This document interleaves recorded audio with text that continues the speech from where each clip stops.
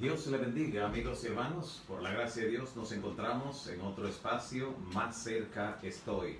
Agradecemos al Señor la oportunidad que nos brinda de poder estudiar la palabra juntos, poder estudiar temas especiales y también orar juntos al Señor, interceder en favor de otros que tienen alguna situación especial, alguna situación particular, y por eso agradecemos a Dios esta oportunidad. Hoy tendremos un tema de estudio sumamente importante, el rey de Salem. Un tema que veremos a la luz de la Biblia, a la luz de toda la inspiración y la historia. ¿Por qué es tan enigmático? ¿Por qué está rodeado de tanto misterio? Veremos cosas interesantes acerca de este personaje. Antes de iniciar ese estudio, como siempre, vamos a interceder, vamos a pedir la bendición de Dios sobre algunas personas, sobre algunos casos, algunas familias y algunos lugares que nos han escrito precisamente para que lo presentemos delante del Señor en nuestra oración intercesora. Hoy estaremos orando por Casey Cuevas y familia, quienes nos escriben desde Alemania solicitando la oración intercesora para que el brazo poderoso de Jehová obre en su favor. También estaremos orando por Peggy Rubio, por su salud de manera especial. También estaremos orando por la familia Yapul, especialmente Zoila y Nadel, quienes oran en favor de sus hijos, de sus nietos y también en favor de los proyectos que ellos mismos tienen. Oraremos también por la situación que hay en El Salvador, donde parece salirse de control esta situación actual, pero esperamos que el Señor pueda enviar un rayo de luz, un rayo de esperanza por medio de la acción de las autoridades allí, que pueda cambiar definitivamente el cuadro que se está viviendo. También estaremos orando por Jocelyn Moreno, también por la familia Ureña Corporán, de igual manera por la familia Guerrero Gil. También estaremos orando, intercediendo por Manuela Vidal García, quien hoy está de cumpleaños y le agradece al Señor. Y le pedimos al Señor entonces que le siga dando vida y salud y que prospere también la obra de sus manos. Varias personas han estado solicitando su bautismo y ya han estado también siendo agregadas a la lista. Esas personas que estamos ya agregando al listado son Amanda Robles, también Marta Félix, Gabriel Zarzuela, Rosy Trinidad, y seguimos orando al Señor tanto por esta confirmación como también por las demás personas que están aún en el valle de la decisión y que sabemos que el Espíritu Santo también tiene en mente que estén en el listado, porque aunque aún no están en el listado nuestro, ya están en la lista del Señor. Ya el Señor planificó que también ellos y ellas deben bajar al agua del bautismo para sellar su vida con el Señor, naciendo de agua y de Espíritu, inscribiendo así su nombre en el libro de la vida del Cordero. También estaremos orando por Narciso Abreu y Maribel Cadet. También serán incluidos en nuestra oración para esta hora, en que también incluiremos en el nombre del Señor a cada uno de los amigos y hermanos que se han unido, que se han conectado con nosotros en este momento y se están conectando, que el Señor también, por el esfuerzo que realizan, por su dedicación, su devoción, el Señor pueda grandemente bendecirles y responder cualquier petición que de manera particular le hayan estado elevando. Oremos juntos al Señor en esta hora. Dios y Padre que estás en los cielos, bendito y alabado siga siendo tu nombre por siempre. Señor, te damos gracias por tu palabra, por tu verdad, por la revelación que has traído a nuestras vidas. Te agradecemos también por cada persona que está rompiendo cadenas en el nombre de Cristo y está tomando decisiones en favor de su salvación. Te ruego, Señor, por aquellos y aquellas que están aún en el valle de la decisión, que conocen la verdad, pero quieren ser no solo conocedores, oidores, sino también hacedores de tu palabra. Llénalos de fortaleza, llénalos del valor que requiere tomar esta decisión en favor de Cristo cuando todavía hay gracia y oportuno socorro. Te ruego por cada una de las familias, por cada una de las personas, cada uno de los lugares que hemos escrito en el listado, Señor, y que tú conoces a cada una de esas personas en forma individual, cada familia, cada lugar. Asístele, Señor. Te rogamos que puedas visitarle a través de tus santos ángeles, a través de la obra poderosa del Espíritu Santo, y darle un toque sanador, un toque vitalizador y un toque de confirmación a quienes ya han decidido entregar su vida en las manos de Cristo. Te rogamos, Señor, también que tu bendición se extienda en forma poderosa sobre cada amigo, cada hermano que en este momento se conecta para estudiar tu palabra juntos y que sirve de canal de bendición compartiendo con otros la verdad. Te ruego, Señor, que hasta sus hogares, sus vidas, sus trabajos, sus empresas, a cada lugar donde llega ahora tu palabra, llegue la bendición especial. Abre nuestro entendimiento al estudiar tu palabra. En el nombre de Jesús. Amén. Amén. Gracias, amigos y hermanos, por estar ahí, dispuestos a continuar con el estudio de la palabra. Hoy este tema tan interesante, el tema sobre el rey de Salem. Sobre este personaje, la Biblia lo describe con un nombre que es muy sonoro, de hecho, el nombre Melquisedec. Y se lo describe a él con características que llaman poderosamente a la atención. En Hebreos 7, versículo 3, por ejemplo, carta a los Hebreos, o el libro a los Hebreos, uno de esos libros importantísimos del Nuevo Testamento, contiene la siguiente lección. Capítulo 7 de la carta a los Hebreos, en el versículo 3, dice: sin padre, sin madre, ni genealogía, que no tiene principio de días, ni fin de vida, sino hecho semejante al Hijo de Dios, permanece sacerdote para siempre. Estas son características que llaman poderosamente a la atención cuando habla acerca de este rey de Salem, acerca de este rey y sacerdote, como lo describe también la palabra, hablando acerca de sus características en el orden familiar, describiendo que no se presenta con un padre, con una madre, con alguna genealogía, no se le presenta, y entonces hecho semejante al Hijo de Dios. Es un personaje bíblico que por estas características y los episodios breves en que interviene en la historia bíblica llama poderosamente a la atención al estudioso de las Escrituras. ¿Quién es Melquisedec? ¿Quién es el rey de Salem? A esa pregunta se le han dado varias respuestas a lo largo de la historia y muchas personas se han interesado en estudiar este tema. Y siendo que el Antiguo Testamento hace prácticamente solo dos menciones sobre este personaje, uno es en Génesis capítulo 14, versículo 18 al 20, y el otro es en Salmo 110, verso 4, vamos a leer esos cortos relatos que aparecen de él para describir entonces de quién estamos hablando. Génesis capítulo 14, versículo 18. La primera mención, posiblemente la más interesante, porque de aquí es que las demás toman lugar. Génesis capítulo 14. Génesis en el capítulo 14. Veamos lo que nos dice este importantísimo pasaje de la Escritura sobre el rey de Salem. Génesis 14, versículo 18. Dice: entonces Melquisedec, ese entonces está estableciendo un enlace con lo que acaba de ocurrir, y es que Abraham ha derrotado a los reyes que se llevaron cautivos a parte de su familia, y a los reyes también que estaban ahí en Sodoma, Gomorra, Adma, Seboín, y ahora él rescata a Lot y a su familia, a sus siervos, y logra entonces traerle de vuelta. Y cuando viene victorioso de esa batalla, una batalla donde aparentemente estaba en desventaja, pero notamos que la palabra de Dios definitivamente muestra que la victoria se debió a la gracia que Jehová puso en este su siervo, en este su siervo, del que dice la Escritura que era amigo de Dios, el que llegaría a ser conocido como el padre de la fe. Abraham, luego de venir de esa batalla victorioso, entonces Melquisedec, rey de Salem y sacerdote del Dios Altísimo, sacó pan y vino, vino al encuentro de él y sacó pan y vino, y le bendijo a Abraham, diciendo: bendito sea Abraham del Dios Altísimo, creador de los cielos y de la tierra, y bendito sea el Dios Altísimo, que entregó tus enemigos en tu mano, y le dio a Abraham los diezmos de todo.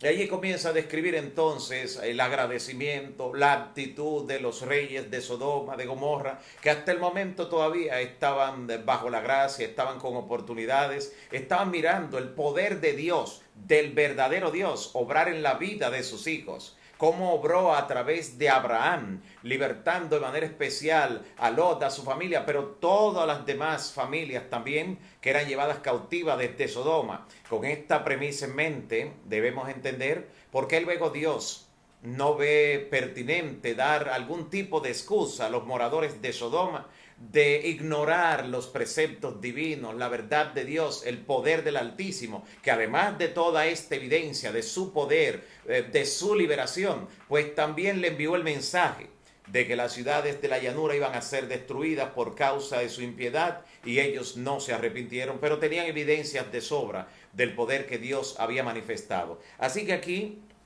aparece por primera vez este personaje importantísimo, el rey de Salem, descrito como Melquisedec. Su nombre significa rey de justicia. Eso significa Melquisedec, rey de justicia. Y este rey de Salem, llamado también rey de Salem, rey de paz, eso significa, Salem es el nombre con el que hasta ese momento se conocía la que más adelante sería Jerusalén. Así que este personaje enigmático, rey de Salem, rey de justicia, Melquisedec, estaba siendo rey y sacerdote nada más y nada menos que en Jerusalén, que hasta el momento era conocida con el nombre de Salem. Él salió a bendecir a Abraham, a echar una bendición sobre él en nombre del Dios Altísimo, pero también bendijo al Dios Altísimo por darle esa victoria a Abraham y concederle esta gran petición. Y dice cómo éste ministró a Abraham, trayéndole lo que más adelante serían símbolos de la cena del Señor, símbolo de la sangre y el cuerpo de Cristo. Trajo pan y vino y lo presentó y lo ofreció delante de él. Qué interesante cómo el ministerio de Cristo en forma tan anterior a lo que vemos en el establecimiento de la nación de Israel, ya aparecían los símbolos de manera clara, de manera inalterable, y nada más y nada menos que en un personaje que representaba en muchos aspectos a Cristo, porque era rey y sacerdote a la vez, y era rey y sacerdote justamente en Jerusalén. Así que estos detalles son sumamente llamativos a la hora de nosotros presentar la descripción de quién era. También dice que Abraham le entregó los diezmos de todo. Otro elemento que llama poderosamente la atención. Pero la otra ocasión, cuando aquí en el Antiguo Testamento se habla acerca de este rey de Salem, de Melquisedec, es en el Salmo 110. Vaya con su Biblia también a este importantísimo pasaje y leamos juntos esta descripción o esta mención que hace el salmista. Salmo 110 en el versículo 4. Note de qué manera se hace esta descripción breve pero interesante por saber que es tomado en cuenta por algunos de los demás escritores del Antiguo Testamento que no solo tenían conocimiento del mismo, sino que por inspiración del Espíritu Santo podían proyectar en él la obra de Cristo. Note lo que dice en este Salmo 110, que es un salmo mesiánico. Recuerde cómo inicia el Salmo 110, diciendo que dijo el Señor a mi Señor, siéntate a mi diestra, hasta que ponga a tus enemigos por estrado de tus pies. Expresión, promesa, profecía, que luego fue descrita por Pedro cuando habla en el sermón de Pentecostés, aplicándole a Cristo. Dijo el Señor a mi Señor. También Cristo mismo, el apóstol Pablo, usan de esta expresión también aplicándosela al Señor Jesús. En el versículo 4 dice, juró Jehová, ya había dicho que dijo el Señor a mi Señor, estableciendo el hecho de que está hablando alguien con uno igual, el Padre con el Hijo. Dijo el Señor a mi Señor, siéntate a mi diestra. El verso 4 dice, juró Jehová y no se arrepentirá. O sea, eso lo va a cumplir. Juró Jehová y no se arrepentirá. Y le dijo, tú eres sacerdote para siempre. Y está hablando con el Señor, porque sigue diciendo el Señor a mi Señor. Tú eres sacerdote para siempre según el orden de Melquisedec. Interesante esta alusión que de manera profética la hace el salmista y que se le aplica directamente a la persona de Cristo, el que sería sacerdote según el orden de Melquisedec, sería justamente el Señor Jesús. Y sobre esta temática entonces habla de manera amplia el capítulo 7 del libro de Hebreos. el libro o la carta a los Hebreos. Vayamos allá de nuevo ahora en el capítulo 7, Hebreos capítulo 7. ¿Cuáles son las ideas que se manifiestan para tratar de explicar quién es Melquisedec? Hay varias, desde la antigüedad. Incluso en los manuscritos que se descubrieron entre los rollos del Mar Muerto, hay uno que habla acerca de Melquisedec también. Desde la antigüedad se han dado diferentes atribuciones y hasta el día de hoy algunos creen que era un personaje divino. Algunos creen que es un personaje divino, Melquisedec, y para ello toman las características que vamos a ver ahora en el capítulo 7 de Hebreos para decir es un personaje divino. Algunos dicen directamente que es el Espíritu Santo, tomando algunas alusiones que entienden que pueden aplicarse al Espíritu Santo. Otros dicen que era el mismo Cristo encarnado en la antigüedad. Otros, como en el pueblo judío, por tradición, muchos de ellos creen que era Sem, el hijo mayor o quien consideramos que recibe la bendición especial. No era necesariamente el mayor, aunque algunas versiones interpretando una expresión sobre Jafet, realmente Jafet era el hijo mayor de Noé, y entonces algunas versiones traducen como que Sem era el mayor, pero Sem fue el que recibió la bendición. A través de Sem, a través de su descendencia viene Cristo. De Sem incluso descendía Abraham, y Sem de hecho estaba vivo en los días de Abraham, fue contemporáneo varios años con Abraham. Recuerde que este Sem vivió más de 600 años y que cuando ocurrió el diluvio tenía solo alrededor de unos 100 años. Así que este personaje es atribuido por algunos judíos como el personaje rey de Salem o Melquisedec. Interesante. Pero vamos a ir a la Biblia directamente en el capítulo 7 de la carta o libro a los Hebreos. Allí dice lo siguiente, Hebreos capítulo 7. Recuerde que en Hebreos el apóstol está haciendo una descripción, una comparación entre los diferentes personajes bíblicos y Cristo. En el primer capítulo dice que Cristo es mayor que los ángeles.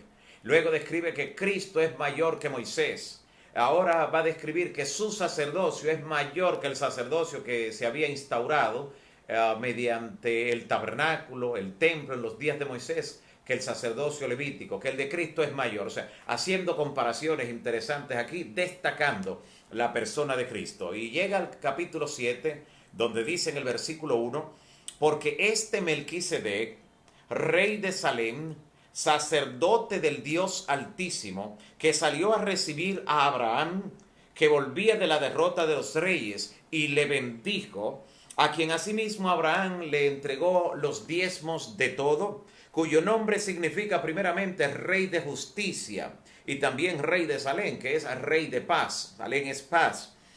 Sin padre, sin madre, sin genealogía, ni tiene principio de días, ni fin de días, sino hecho semejante al Hijo de Dios, permanece para siempre. Considerad, dice el apóstol, considerad pues, cuán grande era este, a quien aún Abraham, el patriarca, le dio los diezmos de todo el botín.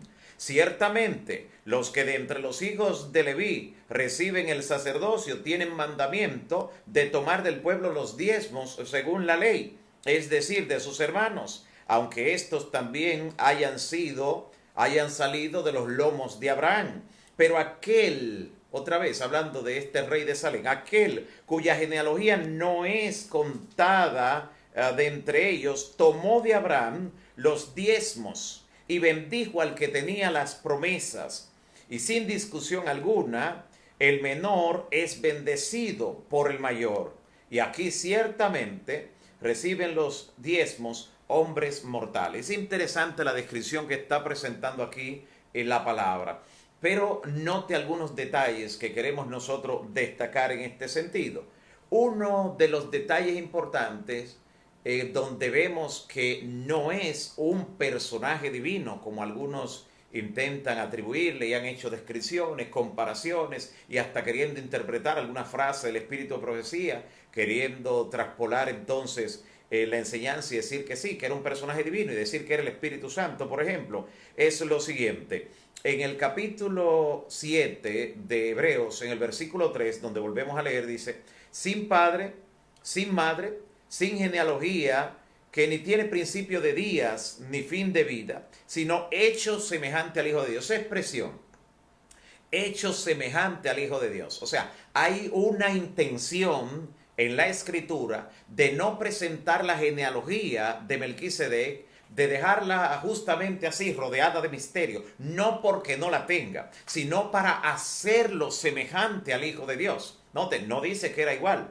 De haber sido el Espíritu Santo, un personaje divino, hubiera dicho, hecho igual al Hijo de Dios. Pero no dice igual, dice la palabra semejante. En otros temas hemos visto la gran diferencia que hay en utilizar la palabra semejante a igual. Con relación a Dios, a Cristo se le llama en Filipenses 2 que era igual a Dios, pero con relación a los hombres dice semejante a los hombres. Así que hay una distancia en la terminología, no solo en castellano, en el uso mismo que hace la palabra de Dios, que hace la Biblia, aún en los lenguajes o en los idiomas originales, en la palabra igual y semejanza distan mucho de significar lo mismo. Así que se oculta la genealogía, no se menciona, tampoco se dice cuándo comenzó, o sea, sin principio de días, tampoco se dice cuándo murió, sin fin de vida, pero es para hacerlo semejante al Hijo de Dios. Había una intención en la Escritura que mantiene un hilo que conecta el principio con el fin, que se corresponde una parte con la otra,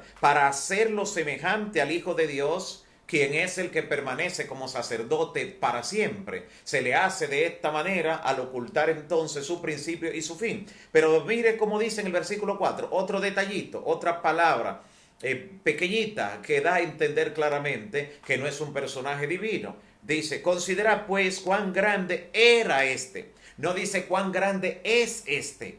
De ser un personaje divino, como el Espíritu Santo, como algunos quieren atribuir, pues diría, consideren pues cuán grande es este. Que aún en aquel tiempo ocurrió esto y esto, pero no dice cuán grande es, cuán grande era.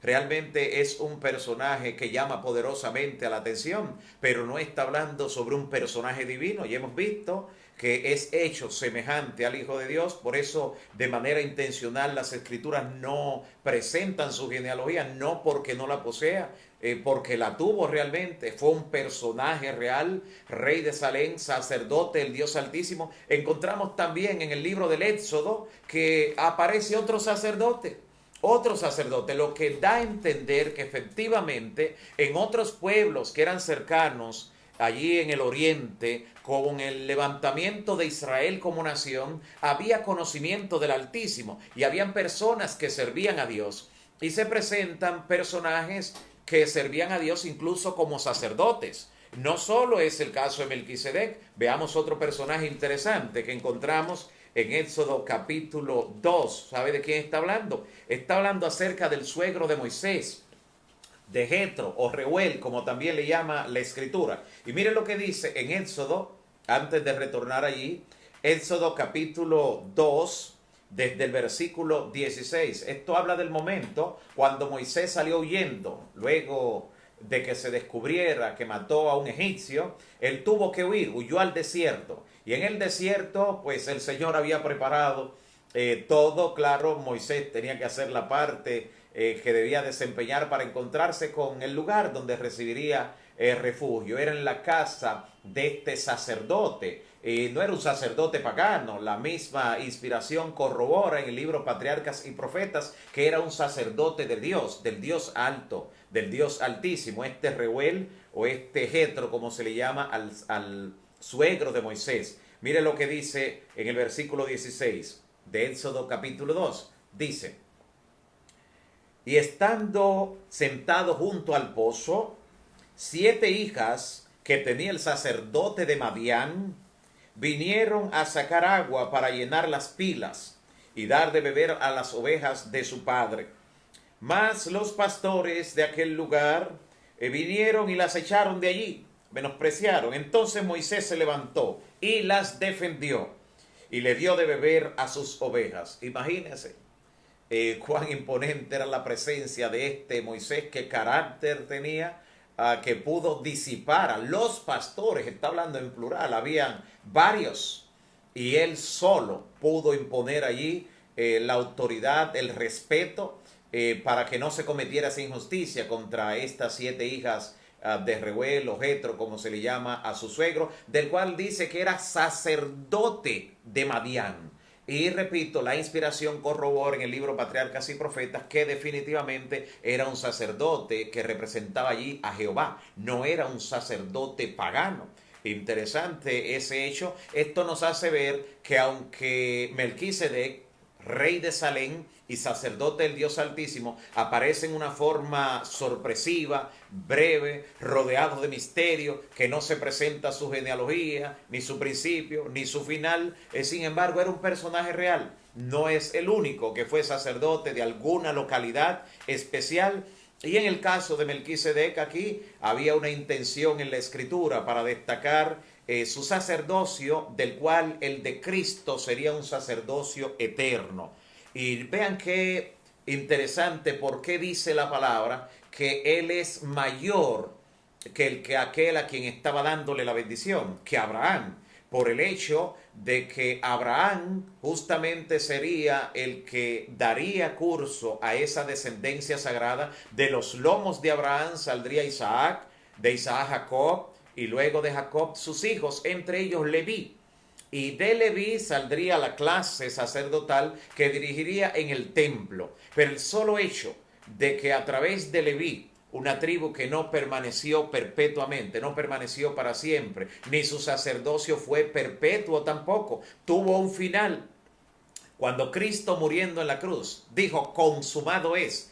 Y según relata la palabra en Mateo capítulo 27, 50 en adelante, el velo del templo se rasgó de arriba abajo. El hecho de que describa que se rasgó de arriba hacia abajo, no de abajo hacia arriba, como si algún ser humano estuviera causando esa ruptura, indica que una mano superior fue la que produjo la ruptura de ese velo, indicando que ya el sacerdocio levítico ya no tendría más vigencia, que el tabernáculo, el templo terrenal, ya no tendría más servicios con validez delante de Dios, delante del cielo, porque ahora Cristo estaría inaugurando ese nuevo sacerdocio. Luego de describir que Cristo ocupa un sacerdocio superior al de Leví, superior al de Aarón, porque toma el sacerdocio de Melquisedec, que antecedió por muchos años, antecedió por varios siglos el sacerdocio levítico, y en la persona de este rey de Salem, rey de paz, que representa a Cristo doblemente, representa, simboliza, no que fuera Él, es bueno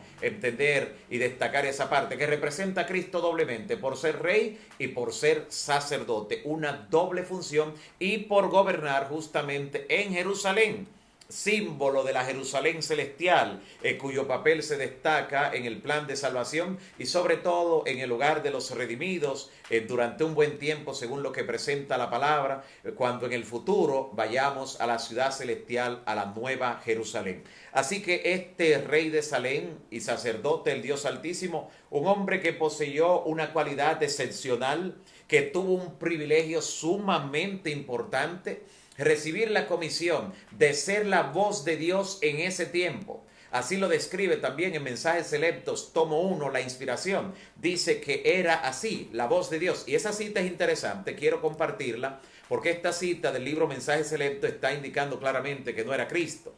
En el libro Mensajes Selectos, tomo 1, página 479, note el comentario que hace de manera inspirada sobre Melquisedec, sobre el rey de Salem, este libro inspirado. Dice: fue Cristo el que habló mediante Melquisedec, el que habló mediante Melquisedec, el sacerdote del Dios Altísimo. Melquisedec no era Cristo, así lo explica claramente la Escritura, y lo dice la inspiración. No era Cristo, sino la voz de Dios en el mundo, el representante del Padre en aquella localidad. Y Cristo ha hablado a través de todas las generaciones del pasado. Cristo ha guiado a su pueblo y ha sido la luz del mundo. Sigue diciendo: cuando Dios eligió a Abraham como su representante de la verdad, lo sacó de su país, lo sacó de Ur de los Caldeos, lo separó de su parentela, lo apartó, deseaba modelarlo de acuerdo con el modelo divino, deseaba enseñarle de acuerdo con el plan divino, deseaba a enseñarle de esta manera. No había de estar sobre él el modelo de los maestros del mundo. Había de ser enseñado en la forma de guiar a sus hijos. Y allí sigue ampliando acerca de la obra que se le encomendó a Abraham y se le permitió el encuentro con alguien que representaba a Cristo. Este hombre con un papel tan destacado, rey de Salem y sacerdote del Dios Altísimo. El sacerdocio de Cristo en ese orden de Melquisedec, del rey de Salem, lo destaca entonces el apóstol cuando en el capítulo 8, luego de hacer una amplia descripción en el 7, en la comparación con Melquisedec, dice lo siguiente: ahora bien, el punto principal de lo que venimos diciendo es que tenemos tal sumo sacerdote, el cual se sentó a la diestra del trono de la majestad en los cielos, ministro del santuario, no del terrenal, sino de aquel verdadero tabernáculo que levantó Dios y no el hombre. De esta forma se destaca la función sumo sacerdotal de Cristo según el orden de Melquisedec, que no se limitaba como el Levítico, que caducó, que terminó cuando Cristo murió en la cruz. El sacerdocio según el orden de Melquisedec trasciende. En el sacerdocio según el orden de Melquisedec, aún el propio Leví, que todavía estaba en el ADN de Abraham cuando recibió el pan y el vino, hasta él mismo recibió la bendición de parte de Melquisedec, y por eso este personaje es en forma amplia una gran descripción, una gran representación de un sacerdocio mayor, de un sacerdocio más amplio. Pero era un personaje real, era un hombre real que tuvo una jurisdicción en Salem, en Jerusalén, la que más adelante llegaría a ser el lugar donde los hijos e hijas de Dios en la antigüedad recibirían tanta bendición, recibirían tanta intercesión y sobre todo la bendición del Dios Altísimo. Y qué interesante que la Biblia presente de esta manera, que toda la inspiración aúna presente en este sacerdocio como superior, porque nosotros, al ser llamados al pueblo de Dios, cuando ingresamos a la iglesia del Señor, cuando nuestros nombres son inscritos en el libro de la vida, somos anotados para participar en ese sacerdocio. Porque en el sacerdocio, según el orden de Melquisedec, Cristo es el sumo sacerdote. Pero todo sumo sacerdote, dice el mismo apóstol en Hebreo, tiene un grupo de sacerdotes que le ayudan a ministrar. ¿Quiénes son los que le ayudan a ministrar a Cristo en el sumo sacerdocio conforme al orden de Melquisedec? ¿Quiénes son los sacerdotes? Mira lo que dice la palabra en Primera de Pedro, interesante esta descripción.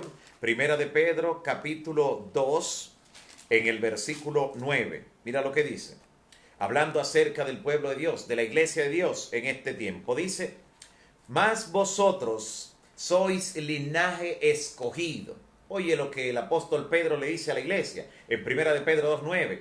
Ustedes son un linaje escogido, un real sacerdocio. ¿Qué cosa somos? Un real sacerdocio. Por eso, como iglesia, enseñamos, creemos en el ministerio, en el sacerdocio de todos los creyentes, de todos los creyentes. Un real sacerdocio, nación santa, pueblo adquirido por Dios, para que anunciéis las virtudes de aquel que os llamó de las tinieblas a su luz admirable. Hay una razón por la cual el Señor ahora nos ha catalogado como una nación santa. Es bueno decir que cuando Dios llamó a Israel, cuando lo liberó como pueblo desde Egipto y lo llevó al desierto, los liberó en forma gratuita, de pura gracia. Pero una vez estaban en el desierto, el Señor le dijo: ahora ya ustedes son libres. Para ello no hubo ningún requisito. Pero ahora déjenme decirles lo siguiente: si ustedes quieren ser mi especial tesoro, si quieren ser una nación santa, un reino de sacerdotes, Dios no quería que hubiera un grupo que fueran sacerdotes entre ellos, sino que fueran un reino de sacerdotes para que intercedieran en favor de toda la humanidad. Pero entonces recordamos que el pueblo no cumplió con las condiciones del pacto. Dios firmó el pacto con su propia mano, su propio dedo, pero aún estaba Dios firmándola en esas tablas de piedra con Moisés en su presencia. Cuando regresa Moisés al pueblo, al campamento, encuentra que el pueblo está entregado a la idolatría, producto de lo cual se resquebrajan las condiciones ahora del pacto.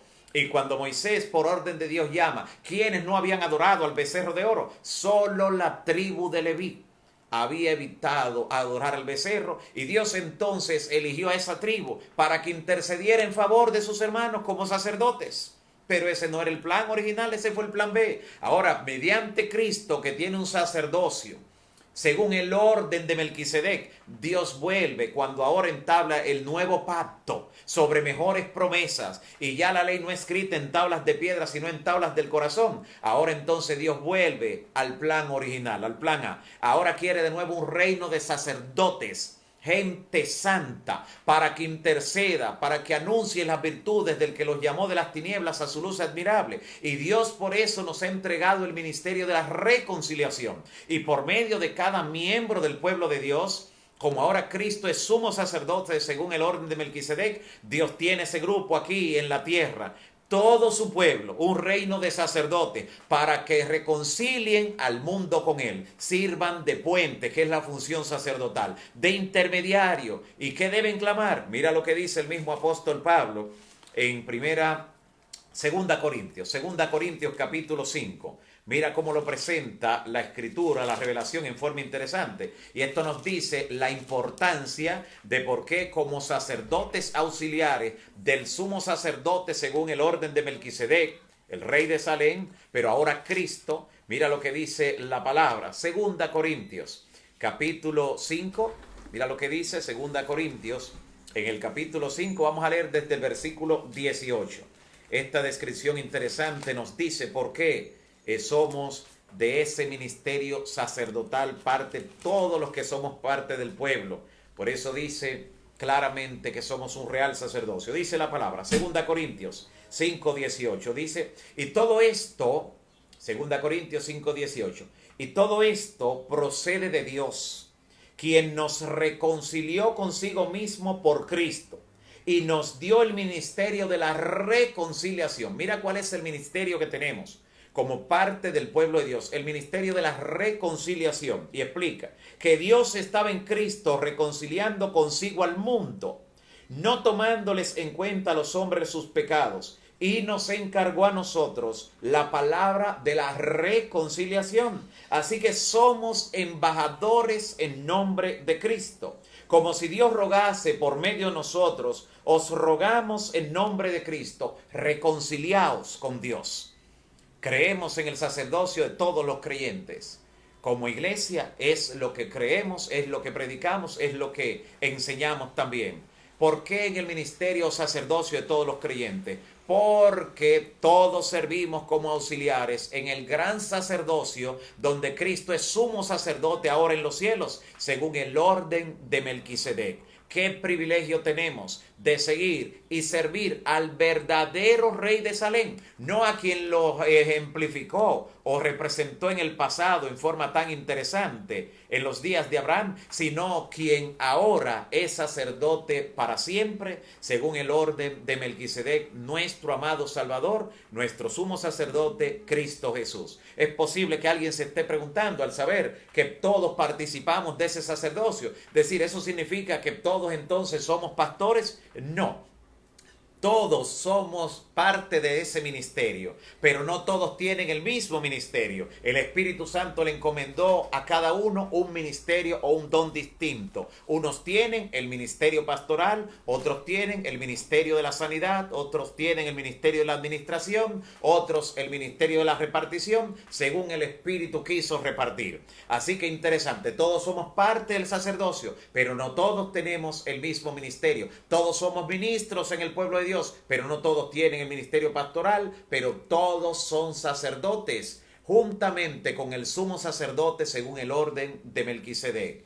Que Dios pueda bendecirte grandemente, mi amigo y hermano, y que te ayude a ser parte de ese ministerio donde ahora Cristo desde el santuario celestial dirige a todos los que son sacerdotes auxiliares de ese sumo sacerdocio que él posee en los cielos, no en la tierra, de manera interesante, y ver en forma clara que este rey de Salem no era un personaje divino, como alguien puede extrapolar palabras sacadas del contexto para indicarlo, aunque está rodeado y cargado de misterio, es de manera intencional, como hemos visto, porque fue hecho hecho semejante al Hijo de Dios en lo que tiene que ver con su función. Por eso se oculta de manera intencional su genealogía y también su fin de vida. Y este Rey de Salem, Rey de justicia, Rey de paz, sacerdote del Dios Altísimo en la antigüedad, vimos también en la Biblia que no fue el único sacerdote que ministró en algún pueblo en nombre de Jehová, en nombre del Dios Altísimo. Vimos también en Éxodo capítulo 2, versículo 16 al 18, como Jetro o Reuel, como también se le llama al suegro de Moisés, también era sacerdote de Madián. Y tal y como nos lo explica en Patriarcas y Profetas, el don profético era un sacerdote del Dios verdadero, no de los que había en los pueblos paganos. Así que esto nos enseña realmente por qué la existencia de este también Melquisedec, rey de Salem y sacerdote del Dios Altísimo. Pero lo más interesante en toda la descripción de a quién representaba él ahora en los bienes venideros en cuanto a la salvación, representaba a Cristo. Y Cristo es hecho entonces justamente un sumo sacerdote según el orden de Melquisedec. Que Cristo sí realmente no tiene principio de días ni fin de días, es eterno. Y para que alguien pudiera representarlo, por eso se ocultó su genealogía, por eso no se describe su padre, su madre, ni tampoco el final de su vida. Pero que ahora Cristo como sumo sacerdote, según el orden de Melquisedec, Él está ministrando en el santuario celestial, en una obra donde nosotros somos sus ayudantes. Por eso proclamamos y enseñamos el ministerio o sacerdocio de todos los creyentes, según lo que nos dice Pedro en 1 de Pedro 2:9, donde dice que somos nación santa, real sacerdocio.